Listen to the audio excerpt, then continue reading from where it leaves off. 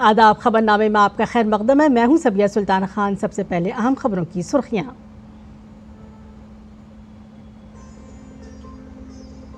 मरकजी वजीर दाखिला अमित शाह ने कांग्रेस सदर मल्लिकार्जुन खड़गे को बनाया हदफ तनकीद। खड़गे के पीएम मोदी पर तज़हीक आमेज तबसरे पर दिया सख्त जवाब। कहा, कांग्रेसियों में पीएम के तई नफरत और खौफ है। खड़गे ने तज़हीक आमेज अल्फाज इस्तेमाल करके खुद को और अपने लीडरों को दी शिकस्त।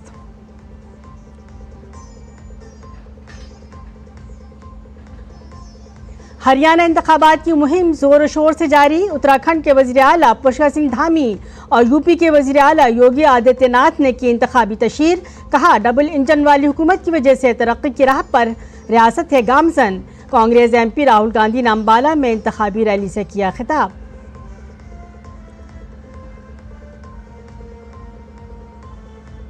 मिथुन चक्रवर्ती को नवाजा जाएगा दादा साहब फाल्के अवार्ड से। वज़ीर आज़म मोदी ने उन्हें दी मुबारकबाद।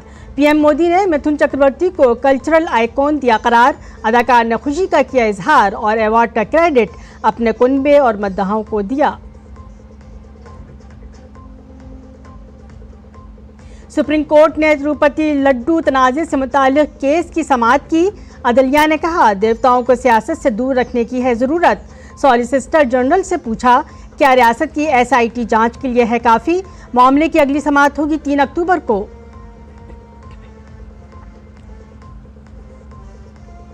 नेपाल में शदीद बारिशों की वजह से बिहार की तमाम तर नदियां तोगयानी पर। 13 अजला सैलाब से हैं मुतासिर। 1959 के बाद कोसी बैराज से सबसे ज्यादा 6,61,295 क्यूसेक पानी छोड़ा गया। वहीं नेपाल में सैलाब और लैंडस्लाइडिंग की वजह से मजीद 6,61,295 क्यूसेक पानी छोड़ा गया। अब तक 190 से ज्यादा अफराद की हलाकत की हुई है तस्दीक। महाराष्ट्र हुकूमत ने गाय को रियासती मां का दर्जा देने का किया फैसला। देवेंद्र फडणवीस ने कहा, देसी गाय हमारे किसानों के लिए किसी वरदान से नहीं है कम। हमने देसी गाय की ग़िज़ाइयत और चारे में बेहतरी लाने का किया है फैसला।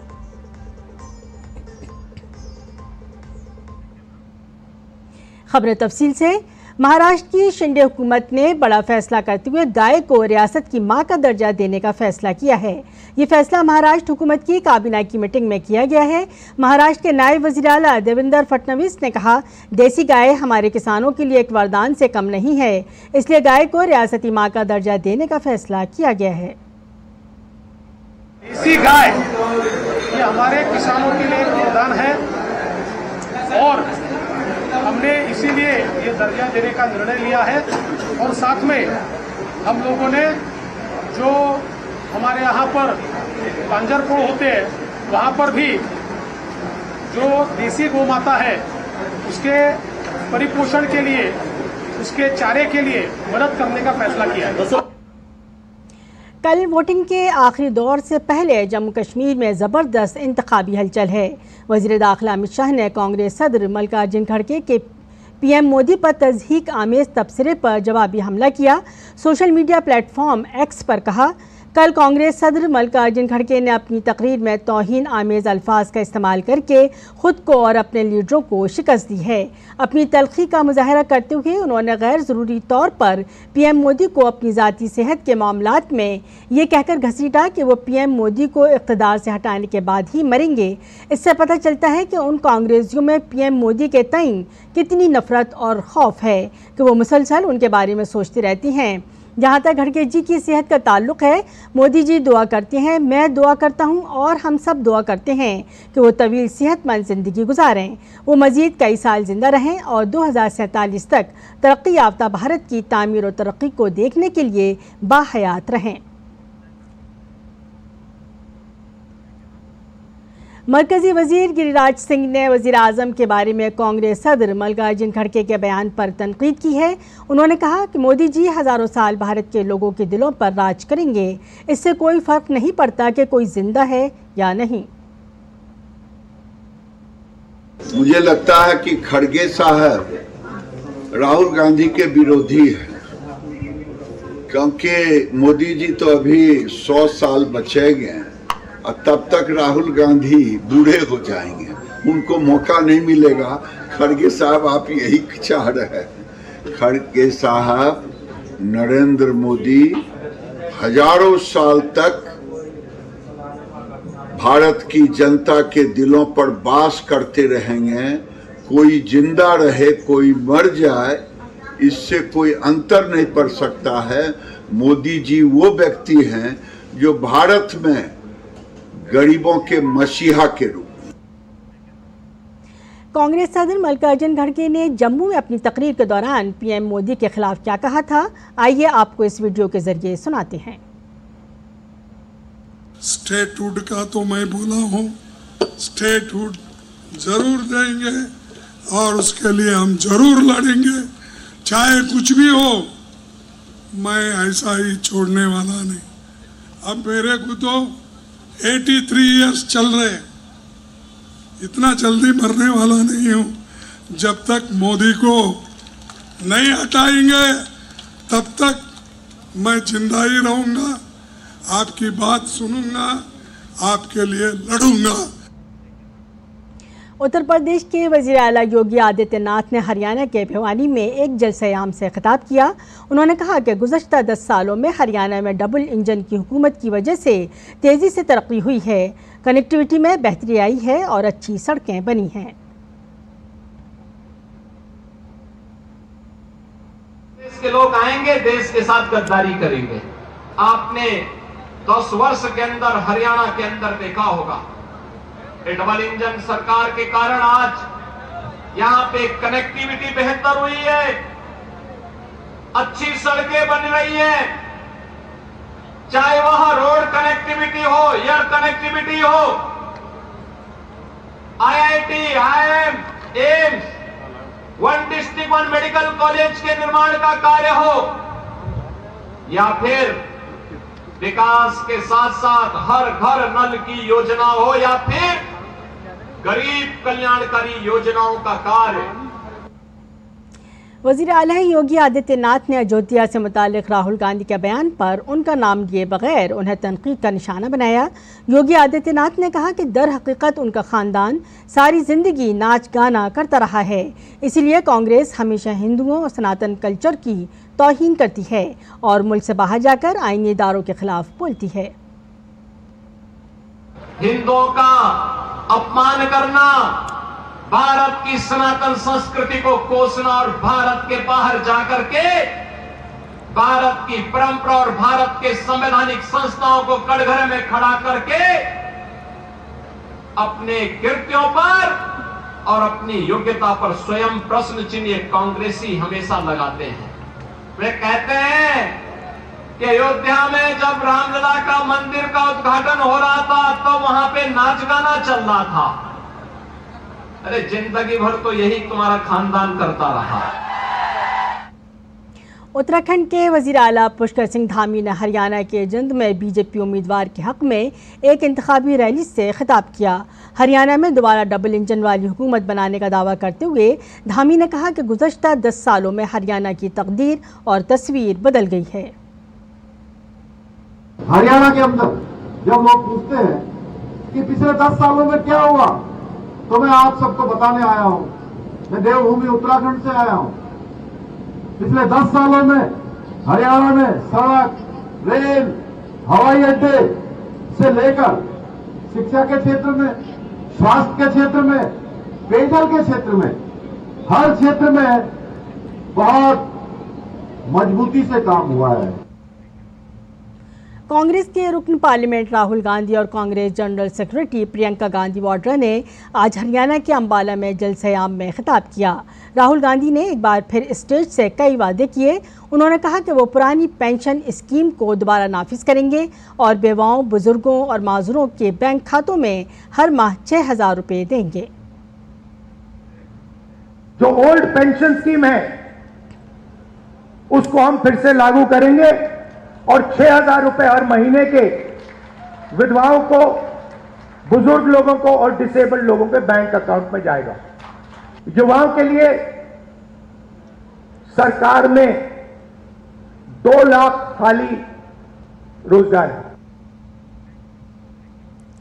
राहुल गांधी के हरियाणा दौरे पर हरियाणा के वज़ीर आला नायब सिंह सैनी ने कहा कि उन्हें यहां आकर घूमना फिरना चाहिए। उन्होंने कहा कि हरियाणा के नौजवान उनसे पूछेंगे कि वो खारची पर्ची पर खामोश क्यों हैं और रिजर्वेशन की मुखालिफत के बाद वो किस मुंह के साथ हरियाणा आए हैं। विदेशी धरती पर आरक्षण विरोधी बयान देने वाले राहुल गांधी 2-3 दिन के राजनीतिक पर्यटन पर हरियाणा आ रहे हैं। हरियाणा अच्छी जगह है। पिछले 10 साल में भाजपा की सरकार ने हरियाणा का चहु और विकास किया है, इसलिए वो यहाँ आए, घूमें और अपना पर्यटन करें। लेकिन कुछ सवालों के जवाब हरियाणा उनसे जरूर पूछेगा। राहुल गांधी जी उसका जवाब देकर जाएं। हरियाणा का युवा पूछेगा कि हुड्डा के राज में खर्ची पर्ची पर वो चुप्पी क्यों रखे हैं। हरियाणा का दलित पूछेगा कि आरक्षण का विरोध करने के बाद वह किस मुंह से हरियाणा आए हैं। हरियाणा का किसान पूछेगा कि किसान की जमीन लूटकर दामाद जी को देने के बाद भी वह किस मुंह से किसानों की बात करते हैं। जम्मू कश्मीर के उधमपुर में कल असेंबली इंतखाबात का तीसरा और आखिरी मरहला होगा। इसी सिलसिले में आज पोलिंग टीमें ईवीएम के साथ अपने अपने पोलिंग मराकज़ के लिए रवाना हो गईं। कल तीसरे मरहले के तहत 40 असेंबली सीटों के लिए वोटिंग होगी।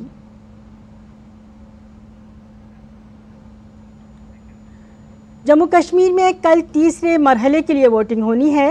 रियासत के चीफ इलेक्टोरल ऑफिसर ने कहा कि तीसरे मरहले में 5060 पोलिंग स्टेशनों पर 39 लाख से ज़्यादा वोटर अपना वोट डालेंगे। चीफ इलेक्टोरल ऑफिसर ने कहा कि इलेक्शन कमीशन ने खौफ से पाक और पुरअमन वोटिंग के लिए तमाम तैयारियां मुकम्मल कर ली हैं। चीफ इलेक्टोरल ऑफिसर से बात की हमारे नुमाइंदे धीरज कुमार ने। जम्मू कश्मीर में चुनाव की तमाम तैयारियां पूरी कर ली गई है और इस वक्त मुख्य चुनाव अधिकारी पांडुरंग के पोले हमारे साथ मौजूद हैं। उनसे हम जानने की कोशिश करते हैं कि तीसरे चरण के लिए उनके पास क्या क्या तैयारियां हैं। तीसरे चरण में तकरीबन 7 ज़िलों में 5060 पोलिंग स्टेशन पर 39 लाख के करीब वोटर्स अपने वोटिंग राइट्स का एक्सरसाइज करने वाले हैं। इसमें 400 से ज़्यादा कैंडिडेट्स तकरीबन 40 असेंबली कॉन्स्टिट्यूंसीज़ में खड़े हुए हैं, जिनका भविष्य जो है लोग कल 1 अक्टूबर के दिन चुनेंगे। क्या चुनौतियां रही है, क्योंकि काफ़ी इलाके अति संवेदनशील रहे हैं, बॉर्डर के इलाके रहे हैं, तो क्या चुनौतियां रही चुनाव आयोग के सामने इसे शांतिपूर्ण तरीके से संपन्न कराने के लिए?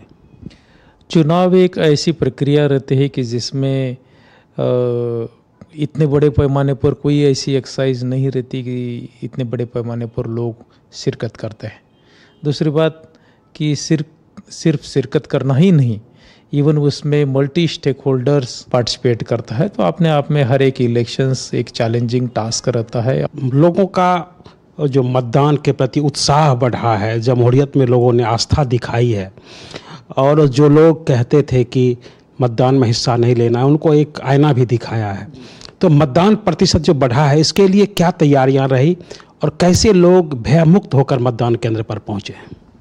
फर्स्ट एंड फॉरमोस्ट, जैसे आपने बताया कि ये पब्लिक का डिसीजंस और पब्लिक में एक नॉर्मल सी या एक फीलिंग की नहीं, अब जो है कोई ऐसी ताकतें नहीं है कि जो हमें डरा सकती है, अपने वोटिंग राइट से मरहूम रख सकती है। इसमें जो हमारा इलेक्शन अवेयरनेस रिलेटेड जो स्वीप कैंपेन रहता है, उस पर भी काफ़ी इम्पोर्टेंट रोल रहा है। हमारे साथ जम्मू कश्मीर के मुख्य चुनाव अधिकारी पांडुरंग के पोले, जिन्होंने बताया कि किस तरीके से चुनाव आयोग की तरफ से जो तमाम तैयारी की गई। कैमरामैन राधे कृष्णा के साथ धीरज Kumar, DD news, Jammu.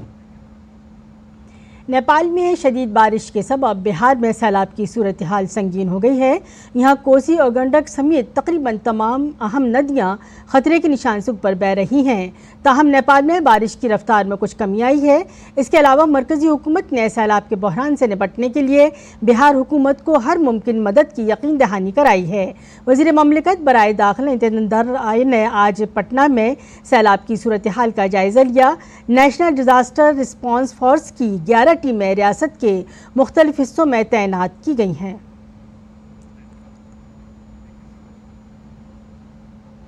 Supreme court ने तिरुपति लड्डू तनाज़े पर समाअत करते हुए कहा कि देवताओं को सियासत से दूर रखना चाहिए। ये मुकदमा आंध्र प्रदेश में YSRCP हुकूमत के दौर में तिरुपति बालाजी मंदिर के प्रसाद लड्डू बनाने के लिए इस्तेमाल किए गए घी में मिलावट के इल्ज़ामात से मुताल्लिक़ है। सुप्रीम कोर्ट ने आंध्र प्रदेश हुकूमत से पूछा कि जब उसने मामले की SIT तहकीकात का हुक्म दिया था तो प्रेस के पास जाने की क्या ज़रूरत थी। दरअसल ये सारा तनाज़ो उस वक्त शुरू हुआ जब तिरुमला टेम्पल ट्रस्ट को फराहम किए गए गाय के घी के नमूनों के लैब टेस्ट में सुअर की चर्बी, भेड़ की चर्बी और मछली के तेल की मौजूदगी पाई गई। इस घी को तिरुपति के मशहूर लड्डू प्रसाद बनाने के लिए इस्तेमाल किया जाना था। सुप्रीम कोर्ट ने सॉलिसिटर जनरल तुषार मेहता से पूछा है कि क्या रियासती हुकूमत की तरफ से तश्कील करदा SIT की तहकीकात काफ़ी हैं या सिर्फ ताज़ा आज़ादाना तहकीकात से ही सच्चाई सामने आएगी। तिरुपति लड्डू तनाज़े पर सॉलिसिटर जनरल तुषार मेहता ने सुप्रीम कोर्ट से कहा कि यह मजहबी मामला है। अगर मिलावटशुदा घी इस्तेमाल किया गया है तो यह नाकाबिल कबूल है। जस्टिस BR गवई और जस्टिस KV विश्वनाथन की बेंच इन दरखास्तों की समाअत कर रही है। इस मामले पर अगली समाअत 3 अक्टूबर को होगी। Air chief marshal VR Chaudhary ने आज भारतीय फ़ज़ाइया की कमान एयर मार्शल AP सिंह को सौंप दी है। इस मौके पर उन्होंने कौमी जंगी यादगार पर शहीदों को खराज अक़ीदत पेश किया और वायु भवन में अलविदा इस्लामी के तौर पर उन्हें रस्मी गार्ड ऑफ ऑनर दिया गया। एयर मार्शल AP सिंह ने भारतीय फ़ज़ाइया के नए सरबराह का ओहदा संभाल लिया है।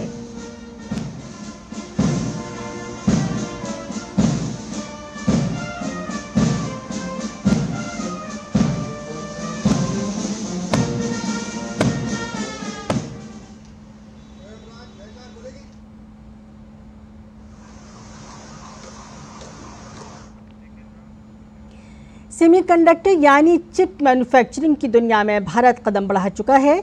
जल्द ही ये मैन्युफैक्चरिंग का मरकज़ भी बन जाएगा। यह अंदाज़ा इसलिए लगाया जा रहा है कि भारत ने गुज़श्ता 10 सालों में इक़्तिसादी महाज पर जो कामयाबियां हासिल की हैं वो आलमी सतह पर हलचल मचा रही हैं।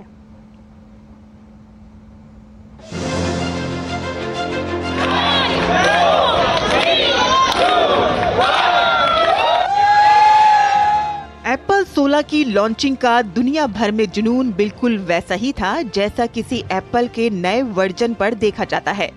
लेने वालों की कतारें भी वही रहीं, लोग घंटों लाइनों में खड़े रहे, लेकिन इस पूरे वाक़े में एक टैगलाइन थी जो पूरी दुनिया में छा गई और ये थी कि ये पहला मौका था कि जब एप्पल 16 के प्रो मॉडल तक की मैन्युफैक्चरिंग भारत में हुई। ये नए भारत की ताकत है। अब मुल्क न सिर्फ सुपर कंप्यूटर्स बल्कि क्वांटम कंप्यूटिंग की तरफ भी बढ़ चुका है। मुल्क में पहली बार सेमीकंडक्टर्स की तैयारी के लिए एक इकोसिस्टम तैयार हो रहा है। ये नतीजा है वज़ीर-ए-आज़म मोदी और उनके इस्लाहाती फैसलों का। वज़ीर-ए-आज़म नरेंद्र मोदी ने साल 2014 में एक तरक्की याफ्ता मुल्क के अज़्म के साथ कमान संभाली और देखते ही देखते मुल्क ने करवट ली और अब दुनिया के बड़े से बड़ा मुल्क भारत की बात सुनता है। इक़्तिसादी महाज पर तो भारत ने कमाल ही कर डाला। 10वीं पोजीशन से भारत अब 5वें नंबर पर पहुंच गया है। 7% की GDP शरह से जल्द ही भारत दुनिया की तीसरी सबसे बड़ी मईशत बन जाएगा। मुल्क ने ये कामयाबी मंसूबा बंदी से लेकर मंसूबों की तकमील तक को तेज रफ्तारी से हासिल करने में पाई है। अब इंफ्रा डेवलपमेंट की राह में ना तो लाल फीताशाही सामने आ रही है और ना ही गैर जरूरी कवानीन और कवायद। मंसूबों की बरवक्त तकमील को यकीनी बनाने के लिए हर मरहले पर पेशरफ्त का जायजा और निगरानी की जाती है। इसका असर सागरमाला, भारतमाला जैसे पुरजोश प्रोजेक्टों में वाज़ेह तौर पर नजर आया। भारतमाला के तहत कुल 34,800 किलोमीटर तामीराती काम तेज रफ्तारी से जारी है, जबकि सागरमाला में 5.8 लाख करोड़ रुपए पोर्ट और साहिली इलाकों में इंफ्रास्ट्रक्चर की तरक्की का हदफ मुकर्रर किया गया है। 2014 के मुकाबले में मेट्रो नेटवर्क 248 किलोमीटर से बढ़कर अब ये 945 किलोमीटर तक पहुंच गया है। 100 से ज्यादा मुल्क में बनी हाई स्पीड वंदे भारत, जदीद रेलवे स्टेशन नए भारत का फख्र हैं। इंफ्रा डेवलपमेंट से शहरियों का मयारे जिंदगी बेहतर हुआ है। ईज ऑफ लिविंग के मंत्र ने माशी और समाजी शोबे में मौजज़ाती तब्दीलियां लाई हैं। डिजिटल इंडिया, 7 करोड़ घर, 50 करोड़ लोगों को आयुष्मान कार्ड जैसे समाजी इक़दामात ने तस्वीर बदल दी है और वज़ीर-ए-आज़म मोदी की क़यादत में इन 10 सालों में 25 करोड़ लोग गुर्बत से बाहर निकल आए हैं और परेशानियों से निजात हासिल की है। तरक्की और तब्दीली के असरात दिफाई शोबे में भी वाज़े तौर पर नजर आ रहे हैं, जिसकी बड़ी वजह वज़ीर-ए-आज़म नरेंद्र मोदी की दूरंदेशी है। भारत अब दुनिया में एक प्रोड्यूसर एक्सपोर्टर मुल्क के तौर पर उभर रहा है। माली साल 2023-24 में मुल्क में 1.27 लाख करोड़ रुपए का रिकॉर्ड दिफाई मवाद तैयार किया गया। साल 2029 तक इसे बढ़ाकर 3 लाख करोड़ रुपए करने का हदफ मुकर्रर किया गया है, जबकि माली साल 2023-24 में 21,000 करोड़ रुपए से ज्यादा की बरामद हुई है। अब भारत दुनिया के टॉप 25 मुमालिक में शामिल हो गया है। एक तरफ दिफाई शोबे में खुद इन्हिसारी बढ़ने से मुल्क का पैसा बच गया है, तो दूसरी तरफ मुल्क की सलाहियत भी नजर आने लगी है। भारत इंफॉर्मेशन स्पेस में भी किसी से पीछे नहीं है। खलाई टेक्नोलॉजी में भारत उन 5 मुमालिक में शामिल है जो खला में मुख्तलिफ सैटेलाइट भेजने की सलाहियत रखता है। चंद्रयान 3 की कामयाब लैंडिंग ने दुनिया को दिखा दिया है कि भारत अब रुकने वाला नहीं है। खलाई शोबे में 300 स्टार्टअप काम कर रहे हैं। खला में निजी शोबे की सरमायाकारी 1000 करोड़ रुपए से ज्यादा है। अगर ये सदी इतलाती इनकलाब की है तो भारत दुनिया में इसकी क़यादत कर रहा है। भारत जो तेज रफ्तारी से तरक्की कर रहा है, इक़्तिसादी, समाजी, खलाई और दिफा के साथ साथ अपने विरसे को भी साथ लेकर चल रहा है। भारत खुद एतमादी और खुद इन्हिसारी के साथ तरक्की कर रहा है, आलमी जिम्मेदारियों के साथ तरक्की कर रहा है। मकसद 2047 तक तरक्की याफ्ता मुल्क बनने का है, जहां दुनिया खुद ब खुद इज्जत के साथ कहेगी सुपर पावर और मुनफरिद अजीम Bharat. Bureau report, DD news Urdu खबरें। वज़ीर-ए-आज़म नरेंद्र मोदी ने मारूफ बॉलीवुड अदाकार मिथुन चक्रवर्ती को दादा साहब फाल्के अवार्ड देने का ऐलान पर खुशी का इजहार किया है। उन्होंने सोशल मीडिया प्लेटफॉर्म एक्स पर एक पोस्ट में कहा, खुशी है कि श्री मिथुन चक्रवर्ती जी को भारतीय सिनेमा में उनके मुनफरद ताउन के लिए दादा साहब फाल्के अवार्ड से नवाजा जा रहा है। वो एक सकाफती शबी हैं जिन्हें उनकी हमजहत सलाहियतों के लिए नस्लों से सराहा जाता रहा है। उन्हें मुबारकबाद और नेक ख्वाहिशात।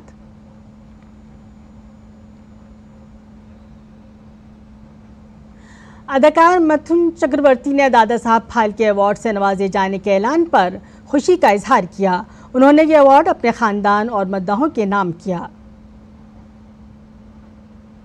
न मैं हंस सकता हूँ, न मैं खुशी से रो सकता हूँ।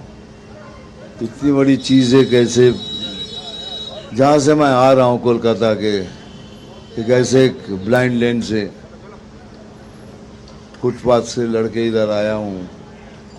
उस लड़के को इतना बड़ा सम्मान मैं सोच भी नहीं सकता। लिटरली मैं बागरूद हो गया। बस इतना बोल सकता हूँ, ये मैं डेडिकेट कर रहा हूँ मैं अपने फैमिली को और मेरे फैंस पूरे विश्व में जहाँ भी हैं उन सभी को। मिथुन चक्रवर्ती को दादा साहब फाल्के अवार्ड से नवाजे जाने के ऐलान पर इत्तलात और नशरियात के मरकजी वज़ीर ममलिकत एल मरुगन ने कहा कि जूरी ने बहुत एहतियात से इस बावकार अवार्ड के लिए सही शख्स का इंतखाब किया है। एल मरुगन ने उन्हें मुबारकबाद देते हुए कहा कि मिथुन चक्रवर्ती गुज़श्ता 50 सालों से भारतीय सिनेमा में ताउन कर रहे हैं। मिथुन चक्रवर्ती ने भारतीय सिनेमा को भी आलमी सतह पर पहुँचाया है। Prestigious award calls Dada Saheb Phalke Lifetime Achievement Award for 2022 to Mr. Mithun Chakravarti, announced by our Information and Broadcast Minister Sri Honorable Sri Ashwin Vaishnav ji, and the juries also very carefully selected, and they are all very carefully found that the right person to this prestigious award. Mr. Mithun, we talk about Mr. Mithun Chakravarti. So we can tell last 50 years he is contributing Indian cinema, and he has taken Indian cinema to the world level also. Israel के हमले में Hezbollah के सरबराह Hasan Nasrallah की मौत पर कल देर रात लखनऊ के छोटा इमाम बाड़ा से बड़े इमाम बाड़ा तक कैंडल मार्च निकाला गया। हज़ारों की तादाद में बुजुर्गों, बच्चों, नौजवानों और ख़वातीन ने हाथों में मोमबत्तियां लेकर मार्च निकाला और इस्राइल मुर्दाबाद और अमेरिका मुर्दाबाद के नारे लगाए। लोगों ने बड़ा इमाम बाड़ा पहुंचकर मातम किया और इस्राइली वज़ीर-ए-आज़म नेतन्याहू के पोस्टर को नजरे आतिश किया। और इसी पर 5 बजे का 5:30 का खबरनामा अपने अख्ताम को पहुंचा। इजाज़त दीजिए, आदाब।